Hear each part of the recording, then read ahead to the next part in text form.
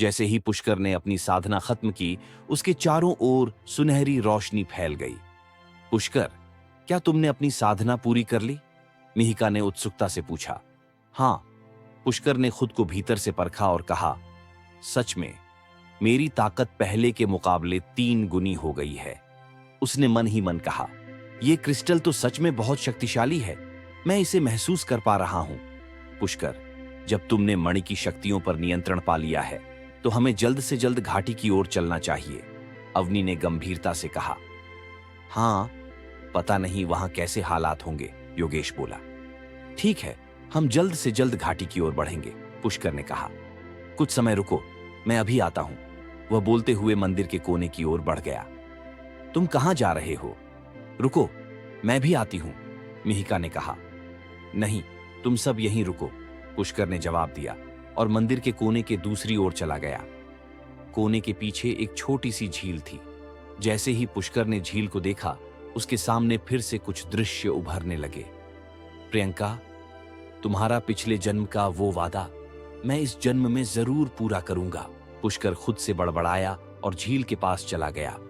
उसके दिमाग में यादें उमड़ने लगीं। एक लड़का और लड़की प्रेमी प्रेमिका की तरह झील के किनारे बैठे थे।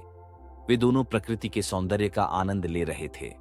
काश वो पल फिर से लौट आए, पुष्कर ने कहा। प्रियंका, हम एक बार फिर इसी तरह बैठकर इस जगह का आनंद जरूर लेंगे। वह वापस मुड़ा और मिहिका, अवनी और योगेश के पास लौट आया। चलो, उसने कहा। सभी घाटी की ओर तेजी से बढ़ने लगे। उधर घाटी में माहौल कुछ अलग ही था। आसमान में काले बादल छाए हुए थे और वातावरण में एक अजीब खूनी आभा फैली हुई थी। उन्हें आने में कितना समय लगेगा? एक गार्ड घबराते हुए बोला। पता नहीं, दूसरे ने कहा। सुरक्षा चक्र पता नहीं कब तक इन काली शक्तियों को रोक पाएगा। भगवान करे कि वो लोग जल्द से जल्द लौट आए। कहां गया वो? धरती खा गई या आसमान निगल गया? मेहता गुरु के शिष्य ने गुस्से से कहा। पूरी घाटी छान मारी, न जनरल स्वरूप का कोई अता पता है और न ही उसके बेटे का। हमें जल्द से जल्द उस लड़के को ढूंढना होगा, वरना गुरुजी का गुस्सा हम पर बरसेगा। पता नहीं आज मौसम को क्या हो गया है। इन काले बादलों को देखकर लगता है कि अभी हमें खा जाएंगे। कुछ तो अजीब है। बाप बेटे का एक साथ गायब होना और मौसम में इतना खतरनाक बदलाव। तुमने सही कहा, हमें जल्द से जल्द गुरुजी को यह सब बताना चाहिए।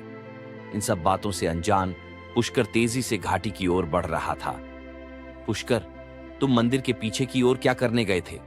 मिहिका ने धीरे से पूछा। बस ऐसे ही, पुष्कर ने जवाब दिया। मिहिका ने तिरछी नजरों से उसकी ओर देखा। क्या सच में, या ये सिर्फ मेरा वहम है? उसने सोचा। पुष्कर पहले से भी ज्यादा आकर्षक और हैंडसम लग रहा है और उसके बाल पहले चांदी जैसे दिखते थे, लेकिन अब हल्के सुनहरे हो गए हैं। पुष्कर ने मिहिका की नजरें खुद पर महसूस की, लेकिन उसने कुछ नहीं कहा और चुपचाप आगे बढ़ता रहा। पुष्कर, तुम्हारे वो गुरु किस विद्यापीठ या वंश से हैं? अचानक अवनी ने पूछा, जिसने उसे थोड़ी देर के लिए उलझन में डाल दिया।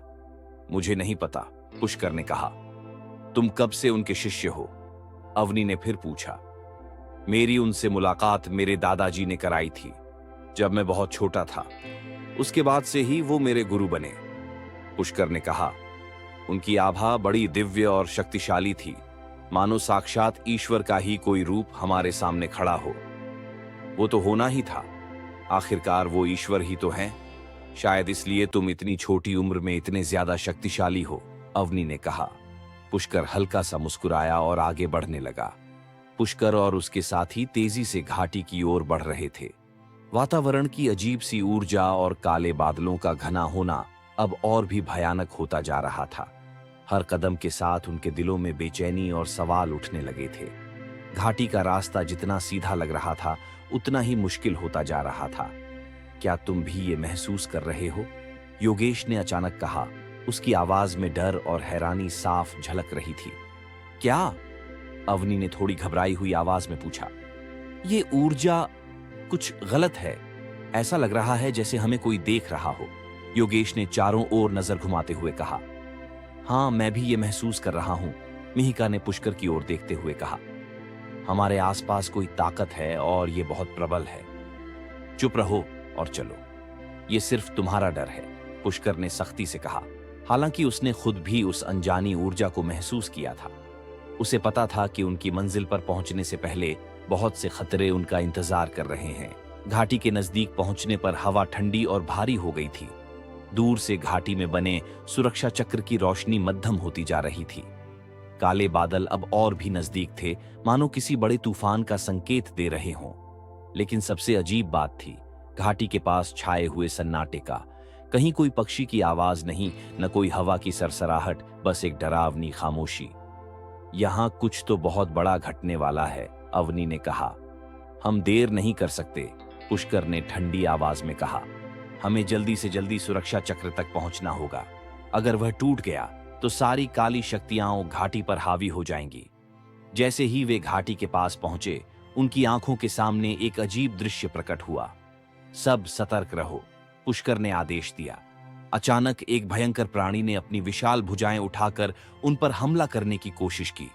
उसकी गति तेज थी, लेकिन पुष्कर ने तुरंत मणि की शक्ति का उपयोग कर अपने हाथों से एक शक्तिशाली ऊर्जा कवच बना लिया, जिससे प्राणी का वार वापस उसी पर पलट गया।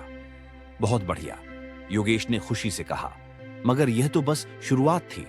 जैसे ही एक प्राणी पीछे हटा, उसके पीछे से 3 और भयानक दानव प्रकट हो गए। हर एक की आकृति पहले से भी ज्यादा भयंकर थी।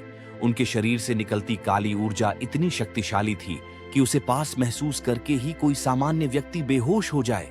मिहिका चिल्लाई, उसकी आवाज में डर की लहरें साफ झलक रही थीं। पुष्कर ने गहरी सांस ली और अपनी आंखें बंद की। उसने मणि की शक्ति को अपने अंदर बहने दिया और एक पल के बाद उसके चारों ओर एक सुनहरी आभा फैल गई। अब उसकी आंखें पूरी तरह सुनहरी हो चुकी थीं और उसका चेहरा गंभीर था, जैसे वो पूरी तरह मणि की शक्ति के साथ एक हो गया हो। आगे बढ़ो, पुष्कर ने चिल्लाया और अपने हाथों से एक शक्तिशाली ऊर्जा की लहर छोड़ी, जिसने चारों ओर की काली धुंध को चीर दिया। मणि की शक्ति इतनी प्रबल थी कि सामने खड़े दानव पीछे हटने पर मजबूर हो गए। लेकिन इतने में ही धुंध के भीतर से एक और गगनभेदी चीख सुनाई दी। ये पहले से कहीं ज्यादा भयंकर थी। धुंध के भीतर से एक विशालकाय आकृति प्रकट हुई। वह बाकी दानवों से कहीं ज्यादा बड़ा और भयानक था। उसकी आंखें लाल अंगारे की तरह चमक रही थीं और उसकी उपस्थिति से पूरी घाटी कांपने लगी। ये कौन है? योगेश ने घबराते हुए पूछा। ये काली शक्तियों का दानव है, पुष्कर ने गंभीरता से कहा। यह वही है जिसके आने की चेतावनी गुरुजी ने दी थी। वह प्राणी धीरे धीरे उनकी ओर बढ़ने लगा। उसकी हर एक कदम से जमीन दरकने लगी और हवा में एक भारीपन आ गया। उसके चारों ओर से काले धुएं की लपटें उठ रही थीं, जो आसमान तक जा रही थीं। अब क्या करेंगे? योगेश ने घबराकर पूछा। पुष्कर ने ठंडे स्वर में कहा, हमें इसका सामना करना होगा। पुष्कर ने मणि की पूरी शक्ति को इकट्ठा किया और उस विशाल प्राणी की ओर देखा। उसकी आंखों में न डर था, न घबराहट, बल्कि एक शक्तिशाली आभा दिखाई दे रही थी। पुष्कर ने अपनी सुनहरी तलवार को कसकर पकड़ा। उसकी आंखों में अडिग निश्चय झलक रहा था। विशाल दानव सामने खड़ा था। उसकी लाल चमकीली आंखें मानो आग उगल रही थीं। उसकी भुजाएं आसमान की तरफ उठी हुई थीं और उसकी गर्जना से जमीन थरथरा रही थी। दानव ने आगे बढ़ते हुए अपने हाथों से प्रचंड वार करने की कोशिश की, लेकिन पुष्कर ने तेजी से अपनी मणि की शक्ति का उपयोग करते हुए एक विशाल ऊर्जा ढाल बना ली। मणि की सफेद रोशनी अब पहले से भी ज्यादा प्रबल हो चुकी थी। जैसे ही दानव का वार ढाल से टकराया, एक भयानक आवाज हुई और दानव पीछे हट गया। तुम इस मणि की शक्ति को नहीं समझते, पुष्कर ने गरजते हुए कहा। दानव ने गुस्से में फिर से हमला किया, लेकिन इस बार पुष्कर तैयार था। उसने मणि की शक्ति को अपनी तलवार में समाहित कर लिया, जिससे उसकी सुनहरी तलवार अब सफेद रोशनी से जगमगाने लगी। हर वार के साथ वह दानव के विशालकाय शरीर को निशाना बना रहा था और दानव को पीछे हटने पर मजबूर कर रहा था। दानव ने गुस्से में आकर आसमान की ओर देख अपनी सारी शक्ति इकट्ठी की। उसने अपने हाथों को उठाया और एक काला जादुई गोला तैयार किया, जो इतना शक्तिशाली था कि उसके आसपास की हवा भी जलती हुई महसूस हो रही थी। वह गोला पुष्कर की ओर तेजी से बढ़ा, लेकिन इस बार पुष्कर न सिर्फ तैयार था, बल्कि उसने अपनी पूरी शक्ति उस अंतिम क्षण के लिए बचा रखी थी। अब ये तुम्हारा अंत है, पुष्कर ने कहा और सफेद मणि को अपनी दोनों हथेलियों के बीच में रखकर उसकी सारी शक्ति को अपने शरीर में समाहित कर लिया। सफेद मणि से निकली ऊर्जा इतनी प्रबल थी कि उसके चारों ओर एक विशाल प्रकाश फैल गया।